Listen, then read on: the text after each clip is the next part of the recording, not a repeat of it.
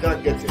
But you see how much kidnappers are taking from victims. My thing is, government will all the stakeholders will need to get that, and I think we get that.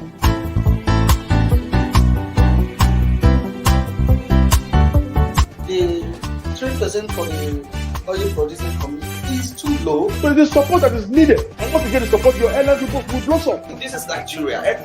You need to give people sense of belonging.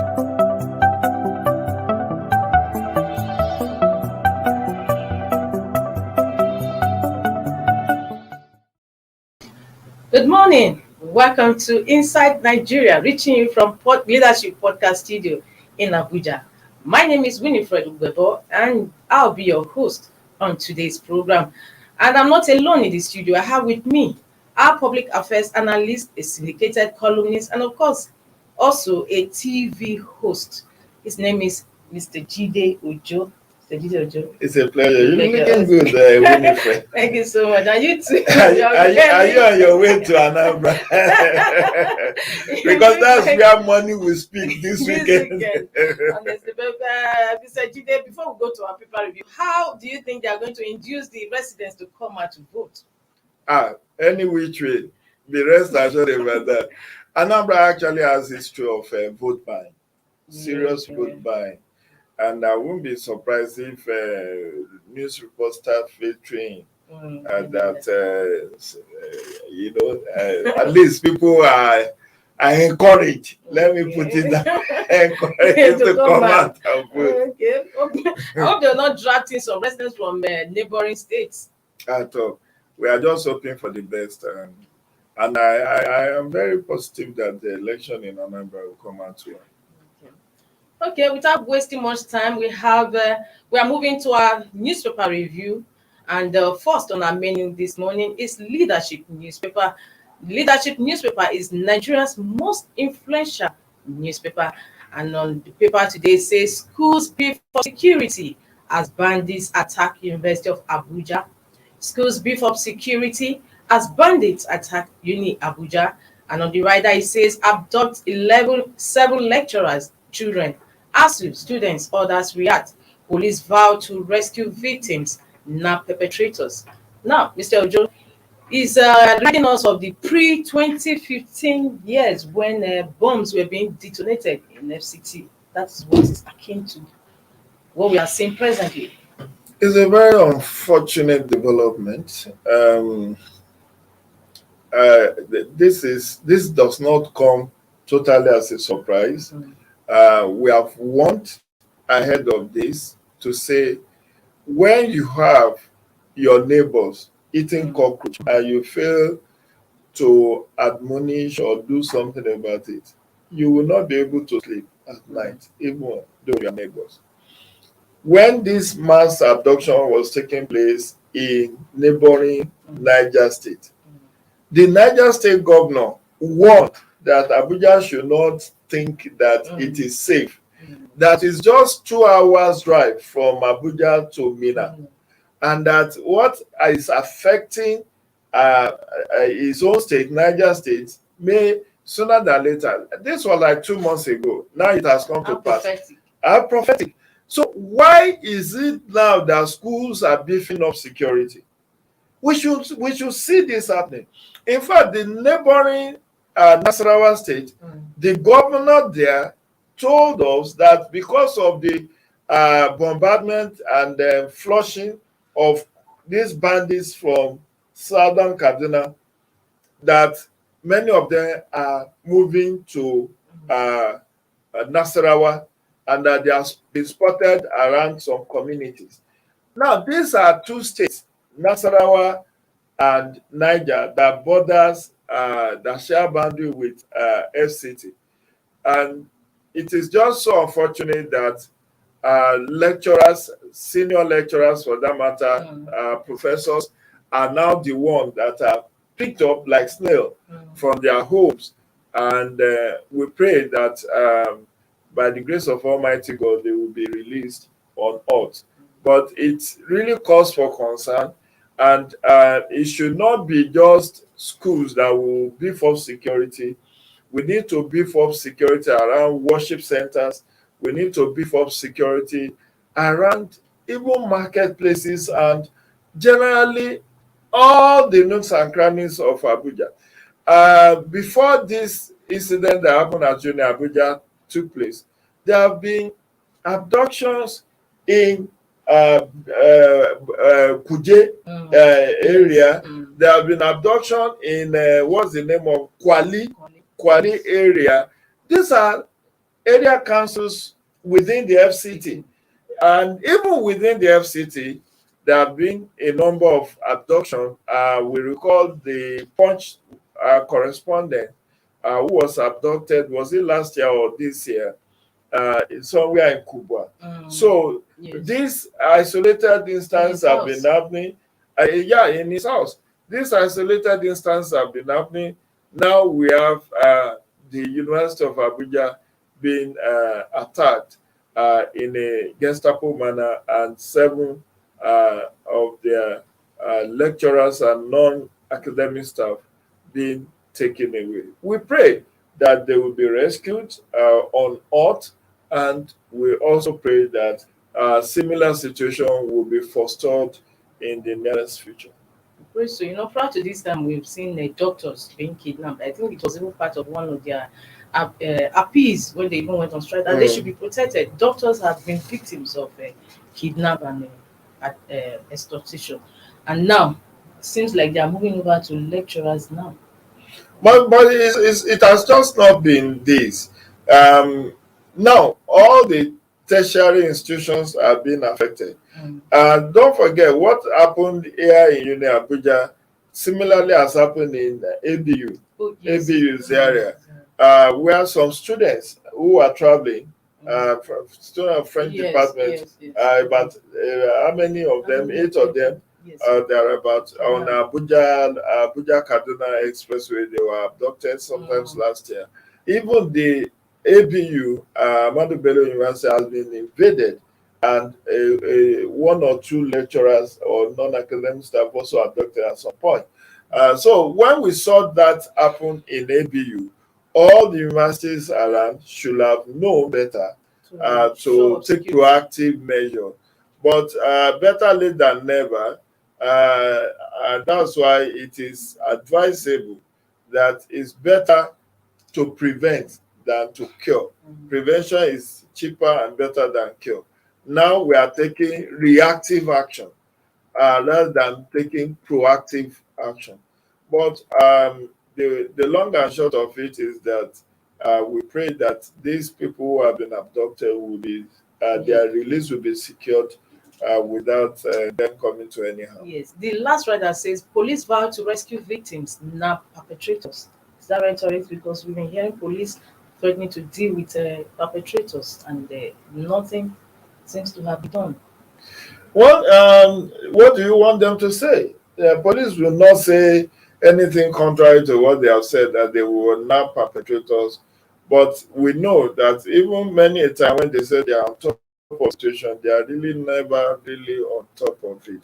And maybe another thing that may have happened, this massive deployment to Anambra, maybe it's what has affected the security around FCT. Because when you look at that number, 34,000 that are being deployed, many of them could be from FCT command. And where you don't even have enough before, now you are going to take much of the resources from other states to go and complement the conduct of election in Anambra. And that's why deployment should be very strategic.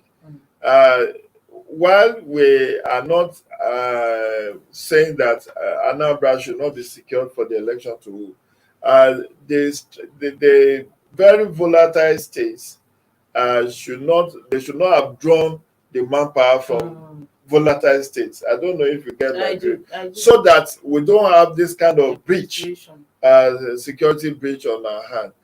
Because now the election will not be held until Saturday. So within this time frame, when the people of Anambra will be feeling safe, many others will be vulnerable. So what this speaks to is for the police authority to fast track the recruitment of additional personnel. Unfortunately, Winifred, there was this issue of the clash of interest between the former Inspector General of Police, Mohammed Adamu, and the Police Service Commission when over who should recruit the constables. And throughout last year, they were fighting a for fight, taking themselves to court, up to Court of Appeal. And it is just this year that they are trying to resolve. As at the time, the last communication I read from Inspector General of Police Baba was that they have resolved and that they are now trying to recruit those additional force. Now, the 10,000 that was supposed to have been recruited last year have not been recruited. Where would they do this 2021 recruitment? Exactly. Or 2022? The year is already gone. So that is why, elders should learn to resolve their issue amicably. Litigation is not the only option. If they have explored ADR mechanism to say, okay, there is a way we have been recruitment over the years. This one should not be an exception. And they didn't have these long litigations on their hands. What this will have done for us is that the ungoverned spaces or where we do not have sufficient police manpower, this will have been bridged. Because where you see many of these abductions taking place are areas that are not being well policed. I was on a radio program a few days ago, and a correspondent, a newspaper correspondent, a journalist, was spoken with from Sanfara, and he said in a whole local government community, in a local government that has about 15,000 population, there's no one single police station, not even a police post. So that's why you see these bandits having a field day. Imagine if we have sufficient manpower and equipment, we will be able to checkmate the activities of these bandits. So that's why I'm extrapolating that, yes, even if you want to beef up security around the schools, what about homes? What about other places, worship centers, and all of that? What about them? You cannot have overstretch this personnel and think they will perform optimally. So the solution lies in infusion of technology, issue around CCTV, camera, drones, use of satellite imagery to surveillance, area surveillance, and all of that. A place like University of Abuja should have had that kind of CCTV, and somebody from the control room will have, if he's awake anyway, will have been able to spot the activities of this marauder. But whatever we say, the most important thing is that we pray that the lives of those who have been abducted will not be put at risk, and that they will be their release will be secured in no long time. Amen. I like what you said. You said if they are awake, and the person monitoring them. Yeah, because you can even have the CCTV. NDA. They said the man slept off or something. Yeah. And up to now, we are yet to see the report. Anyway, we're moving over to its sister publication, National Economy. National Economy today says 7 states to pass bill on new pension scheme. 7 states to pass bill on new pension scheme. That is on National Economy today. Sejide, what is your thoughts? Well, it's a welcome development to have a new pension scheme. But what exactly are they doing with this?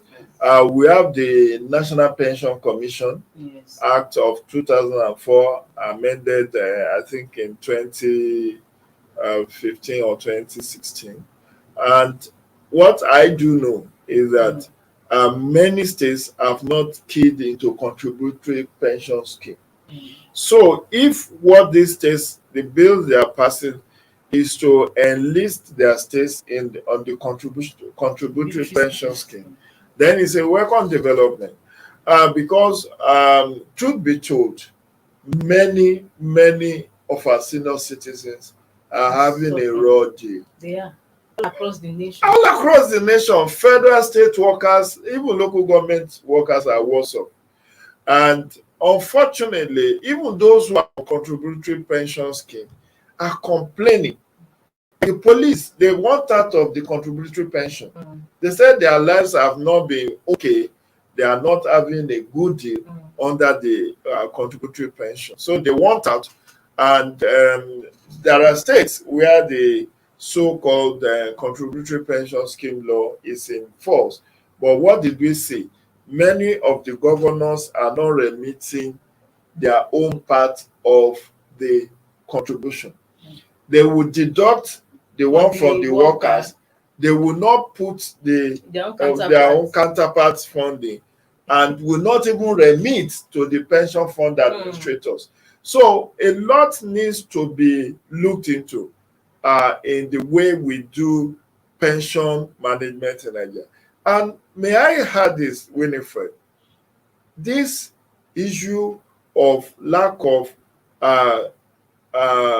proper pension scheme is part of what or why corruption will not end in Nigeria. Exactly. Because imagine, my father was a teacher for 40 years, from 1955 to 1995. Did you know that he died 3 years after, without collecting a dime? No pension, no gratuity. After 40 years. And he has health challenge.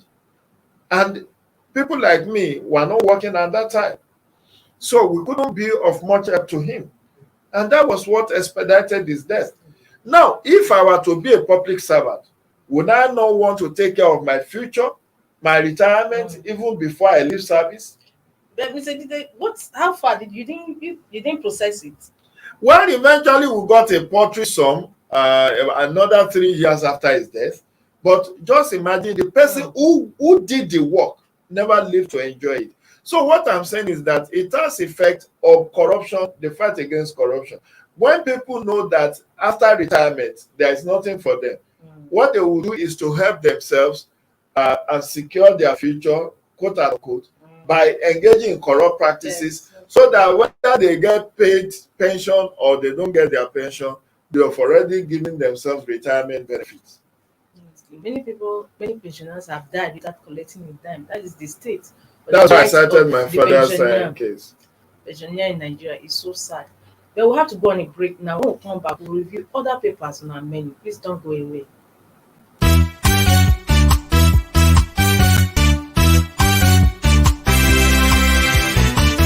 Why will a medical doctor work for 9 months, 16 months, 19 months without getting paid? But you see how much the numbers are taking from victims and business.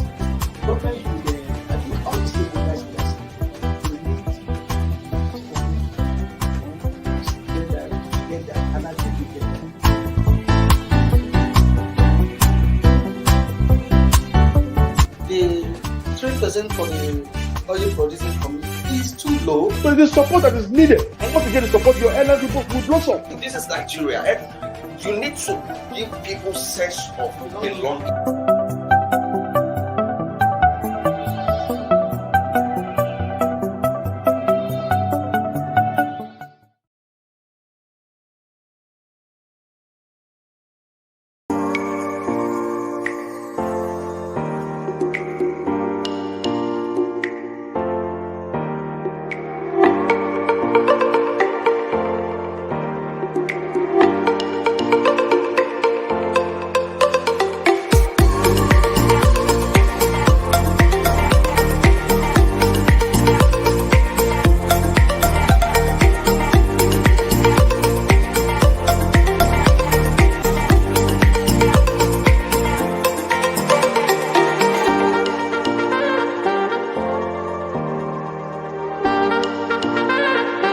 For sponsorship and advert placements, please contact 080-3688-6158. Last Word Leadership Podcast Studio. You have the last word.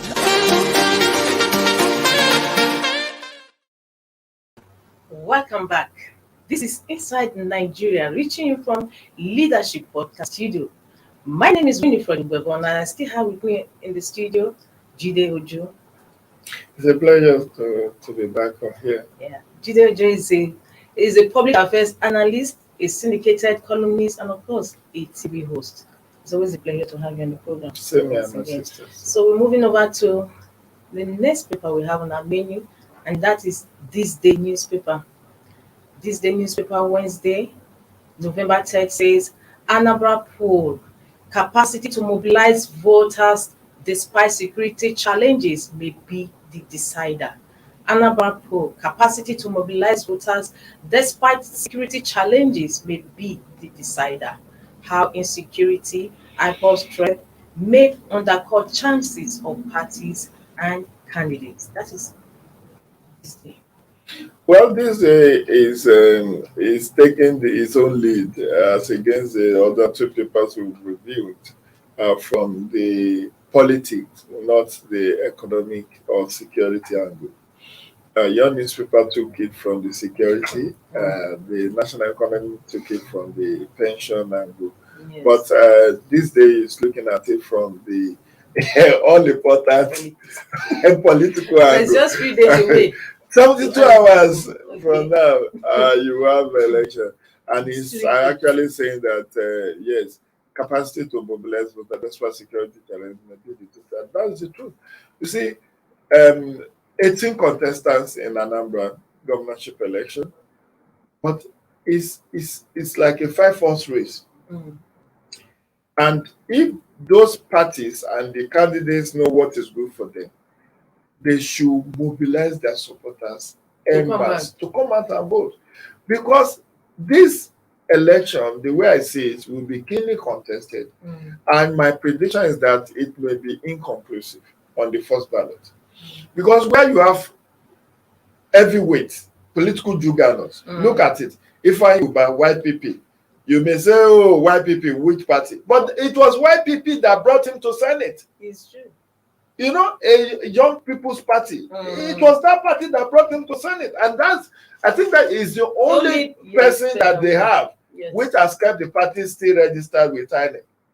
So you cannot discountenance Ifeanyi Uba. Don't forget, it's also somebody with deep pockets. He is said to be a billionaire. Then take Valentine Ozigbo, PDP. He's also a well-accomplished entrepreneur. He even boasted that he never borrowed any money, is self-sufficient and all of that. And with PDP having do some own work and the success of their convention over the weekend, a number of governors stormed Oka 2 days ago to mobilize support for Valentine Ozigbo. Then the APC candidate, former Senator Andy Uba, who has also been former governor, quote and unquote, for 14 days. 14 days he was there. So you never can tell what. And he also has deep pocket. He also has deep pocket, and he's also connected to the federal government. Exactly. It's the party in power at the center. Then you look at Chukwuma Soludo, the former governor of Central Bank, who wants to be governor of people of Anambra. That would be a double governor. But let's see whether his luck will hold. APGA, they call it APGA. It's the ruling party in Anambra State. And they don't want to let go because that's the only state APGA is also in control. So then there's another dark horse that you may not have heard so much about, but who has also been making news since January this year when he showed his aspiration under PDP. And that's Obiora Okonkwo, the candidate of Zenith Labour Party. He has spent so much resources on media media coverage Yeah, of he's a his media activities. man. Since when he threw his hat in the ring early this year, in fact, he's been on national TV, moving from home to home, neighbor to neighbor, one church to the other, canvassing for votes. You never can tell. A dark horse may emerge victorious in Anambra. But what I'm saying invariably is that if you look at these 5 candidates I've mentioned, they are heavyweights. Yeah. They have deep pockets, and they can turn the table in their favor. So all those attributes they have, they should put it to good use, positive use, by ensuring that they mobilize their loyalists, their supporters to come out en masse to cast their ballot on Saturday. There are estimated 2.5 million registered voters in Anambra.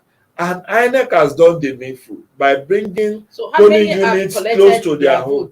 It's one thing to be registered, but it's another thing for people. Unfortunately, Winifred, INEC didn't do too well in my estimation about the distribution of PVCs. Yes, the old ones, they have been attending to people collecting, but the new ones that were the new registrants, which came on board during the in August this year, INEC did a targeted continuous voter registration exercise in Anambra ahead of this election. We are told that their PVC was not ready as of last Friday. So hopefully they have started distributing this week. But it should not have been left to this last minute. And there are estimated 70,000 people who are expected to collect their PVC. You know what it is when you are close to election, rowdiness and all of that. If these PVCs have been made ready in good time, people will have trickled in to go and collect it from their polling rate. But be that as it may, what we are told is there are estimated 2.5 million registered voters. Let's assume that about 2.4 million have collected their PVCs. Those are the ones that are expected to come and vote on Saturday. But what I'm more concerned with is people trooping out. And one thing I also will appeal to Anambra or Anambra is to eschew misinformation, fake news, and hate speech. Did you hear, Winifred, yesterday when there was a news flash that INEC chairman has been assassinated? Oh yes, I heard it too. You will never believe that somebody would go to that extent. Even though it wasn't, there was no attribution as to the source, but it was there. And it was so funny that as at the time they said the man has been killed, he was at the airport here about to board his flight to go to Oka, and they said they've killed him in Oka, just to create tension and panic in the minds of people. And I know in this between today and Friday, a lot of such misinformation and fake news will still be peddled.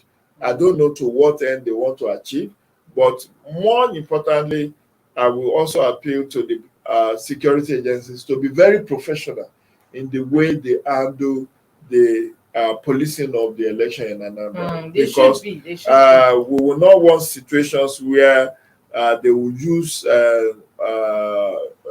too much force.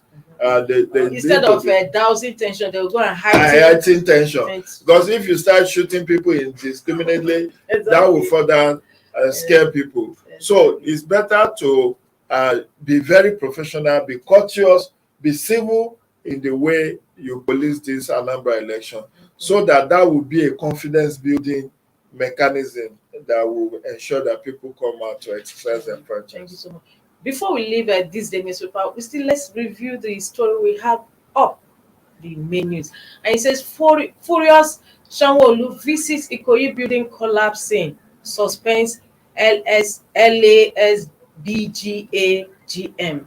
Sets up panel of inquiry as death toll climbs to 19, 9 rescued. IGP visits sites. Humanitarian Minister mobilizes NEMA.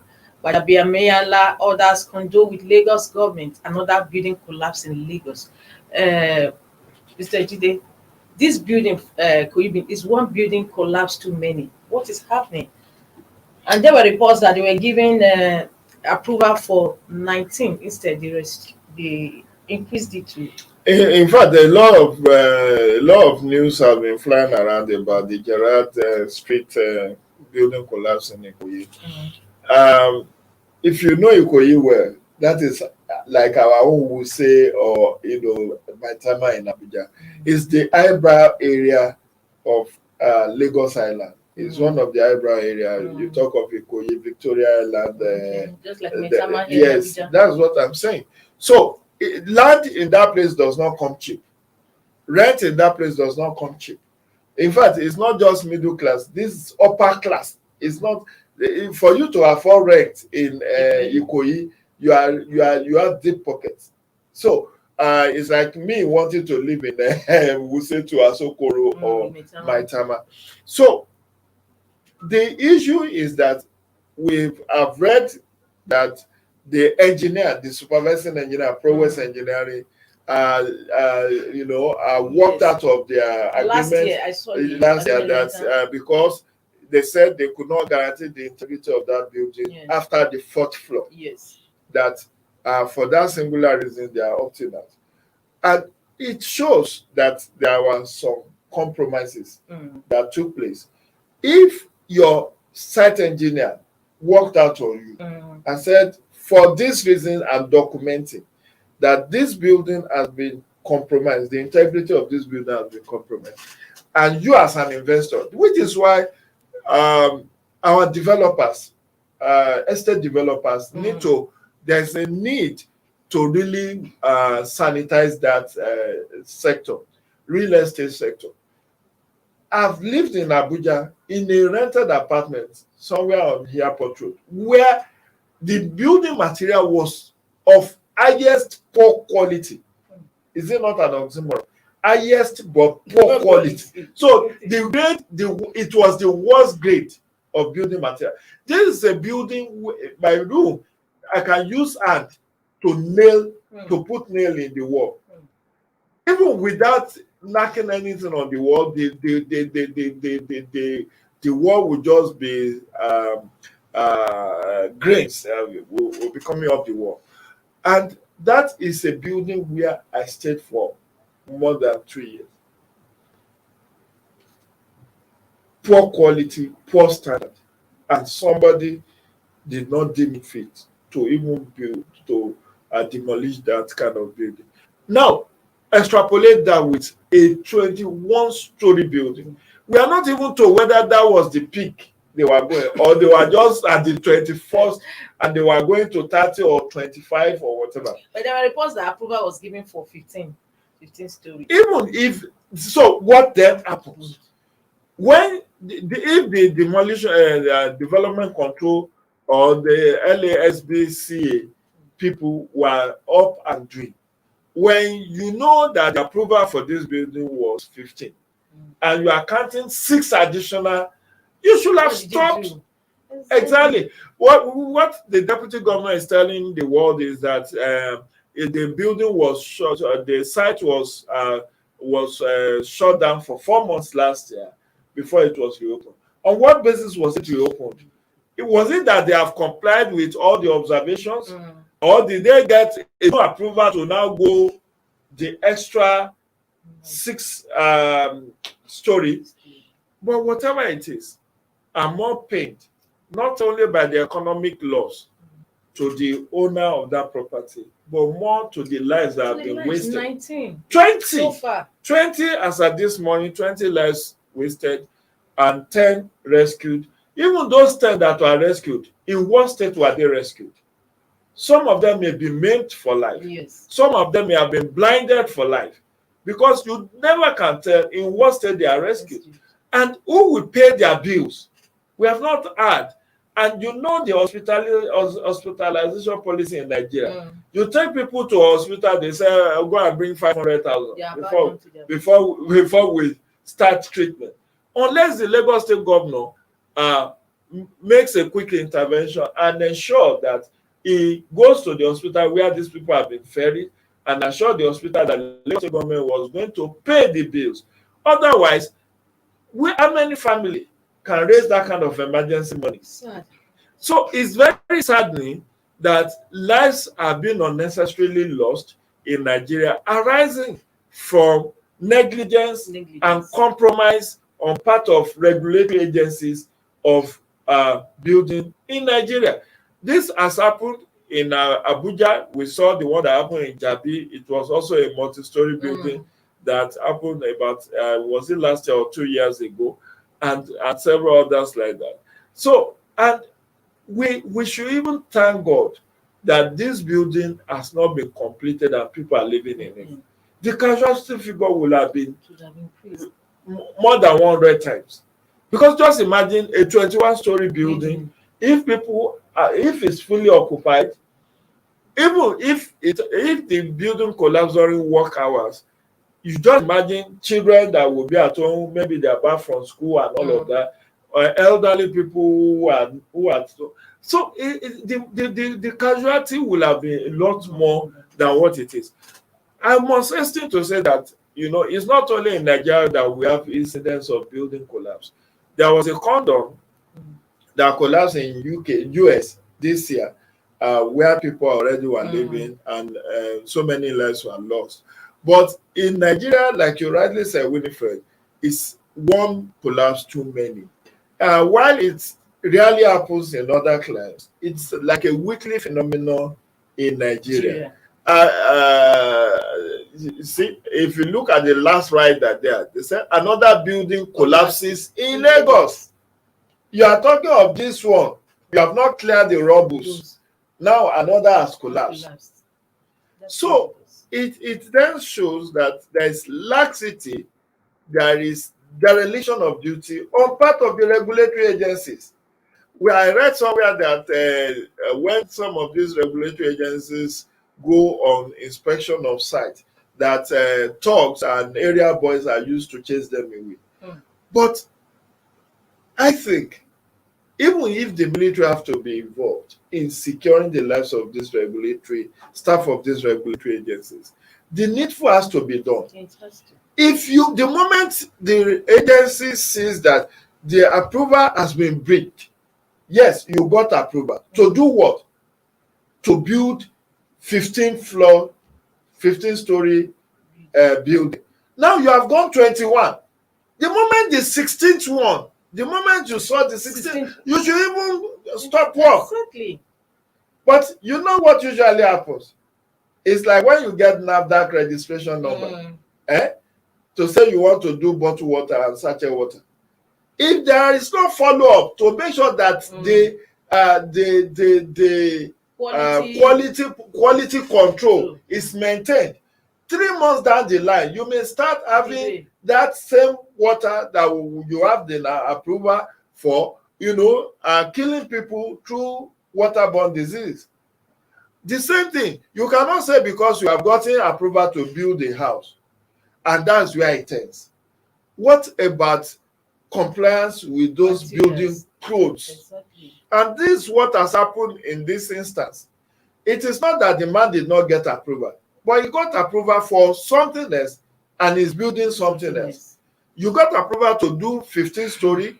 Your site engineer told you that after this 4th floor, I cannot guarantee any other thing you are doing, and withdrew from site. And that did not send early warning signal to you. You still went on, built it to 21st. In fact, we learned that one traditional ruler was there on supervision recently. And we learned, although this cannot be authenticated, that the owner of that property was actually on site and conducting people around the... Yes, initial report said he was even among those dead. So we don't know. We don't Some know said he's been arrested, some said he was in that building. But I think thorough investigation should be done, and people should be fed with the right information. But it's so unfortunate that this has happened again. Needless lives have been lost, and nobody is talking about compensation to the dead. I don't know. Is this something that is possible to do? I don't think they have finished the rescue efforts. They are still... No, the rescue effort is ongoing. Unfortunately, again, that you have raised another critical point. unfortunately, we do not have enough equipment, standard equipment, to conduct this kind of rescue. Do you know that many a time when this kind of tragedy happens, you go and rely on private construction firms that has nothing to do with the construction of that building. You go and start begging them to loan you their cranes, to loan you their earth movers, to loan you this and that. When we should have been ready and equipped the regulatory agencies. Look, in other climes, this kind of building, when you know that the building code has been breached, you do what is called controlled demolition. Let the man go to court. Controlled demolition. You won't even allow him to, but you know, this is where corruption plays a role. The man possibly will have gone back to, maybe they have even marked the building for demolition. You just go back to the regulatory agency and say, oh boy, come now, what is the problem? And I know this is Christmas is approaching, take this 5 million. And that's it. And then you do the other way. That's exactly what I think, to my mind. That's the corruption that we are talking about. Yes. Because if you know this man, approval was given for him to build a 15-story building, and your people are going around and they saw that this building was supposed to be 15-story, it has gone to 21-story. Was there any attempt to do integrity test on that 21? Even if there is integrity test and he passed it, should that not have warranted the sealing off of the site that he has breached the building codes approved for him? It's really so sad. We don't have much time again. We'll move over to the last paper we have on our menu, and that is some newspaper. The Punch newspaper, sorry. The Punch newspaper says today, AP convention date shaky. Party battles crisis in 13 states. APC convention date shaky as party battles crisis in 13 states. Kwara, Rivers, Osun, Abia fashions. Others await verdict on congresses. APC won't give this new car to a careless driver who will crash it. That is the General Secretary. We won't withdraw court cases challenging congresses, vow party members. Well, the Punch has gone the way of this deciding to make politics his own banner headline. But that is okay. APC has been in the news for the wrong reason in recent past. And we hope that they will overcome this challenge. Every 4 years, whenever they want to have their elective congress and convention, it's always like this. You see in some states parallel congresses, and that's what has played out in about 13 states, where people are having parallel congresses, and that's why the date for the convention cannot be ascertained.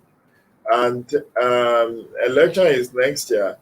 If you call that the incumbent interim chairman, if I can call him that, the chairman caretaker committee on convention planning, who is also the governor of Yobe State,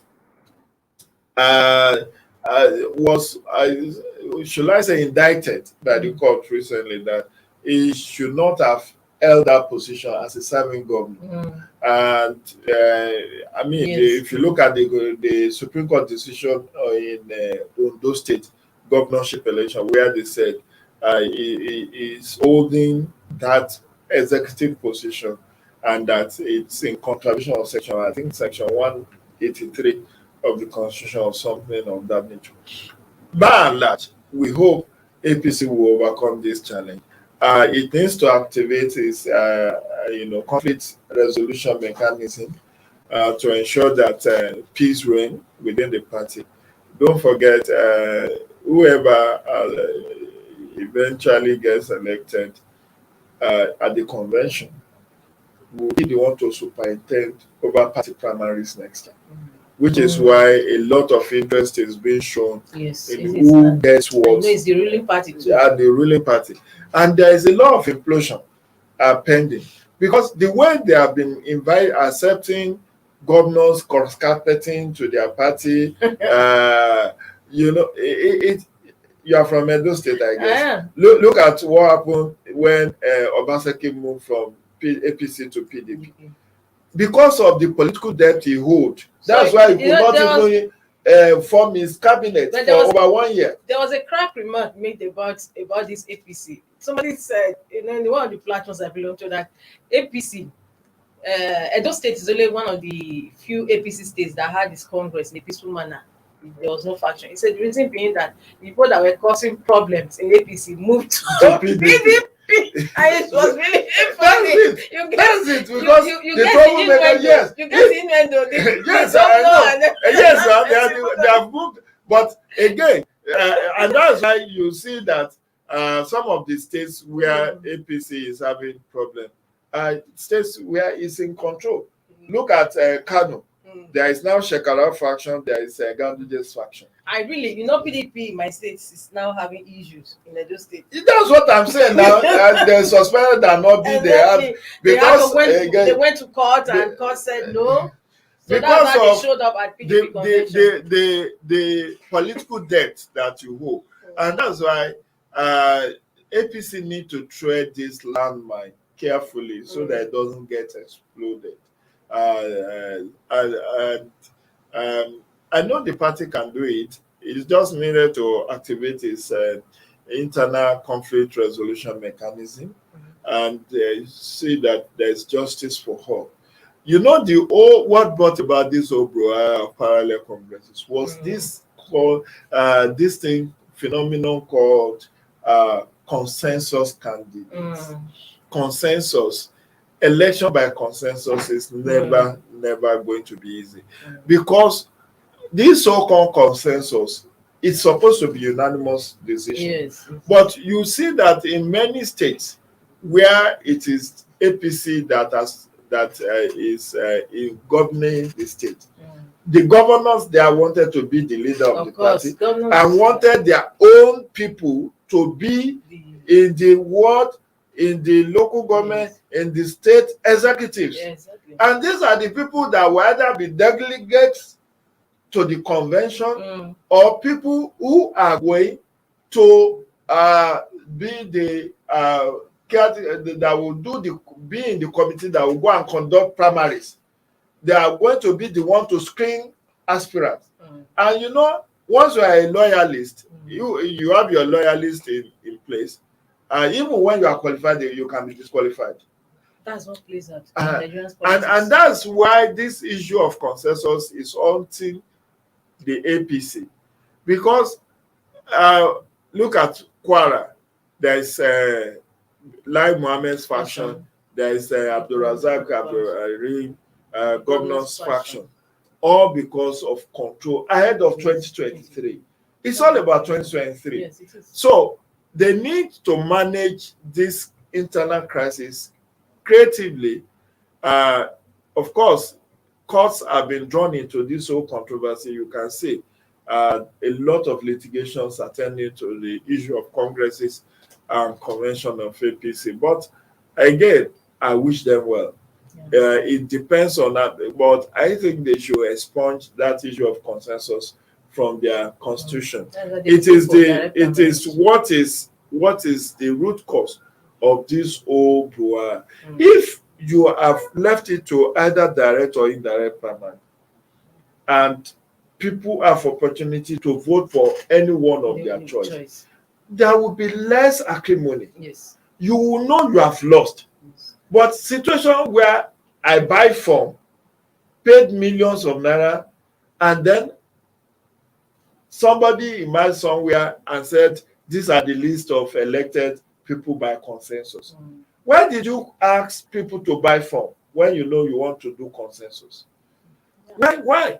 So it's part of the challenge. If they have allowed it, just like Section 87 of the Electoral Act says, primaries are to be conducted either through direct or indirect primary. The same thing, if you have allowed that election into the congresses, elective congresses into that will lead to the election of world executive, local government executive, state executives, will be by direct or indirect primaries. At least everybody, if you give them fair, level playing field, even if you lose, you know you lost. Yeah. If you win, you know you had your victory. Not that somebody will stay in government house And and dictate dictate who becomes what within the party. There is no way tempers will not flare. And that's why APC need to tread very carefully. Otherwise, it may lose more than it will gain ahead of 2023. Thank you so much, Mr. Jide. Well, viewers, this is where we'll be drawing the curtain on today's Inside Nigeria. I've had with me to analyze the paper all along in the studio, Mr. Jide Ojo, who is a public affairs analyst, a syndicated columnist, and of course, a TV host. Mr. Jide, My pleasure. so nice to always have you around. Thank The you so pleasure much. is mine. Thanks for the compliment. So I remain Winifred Ugabo. Tomorrow is another date. Do keep a date with us. Bye. Thank you for watching. For sponsorship and advert placements, please contact 080-3688-6158. Last Word Leadership Podcast Studio. You have the last word.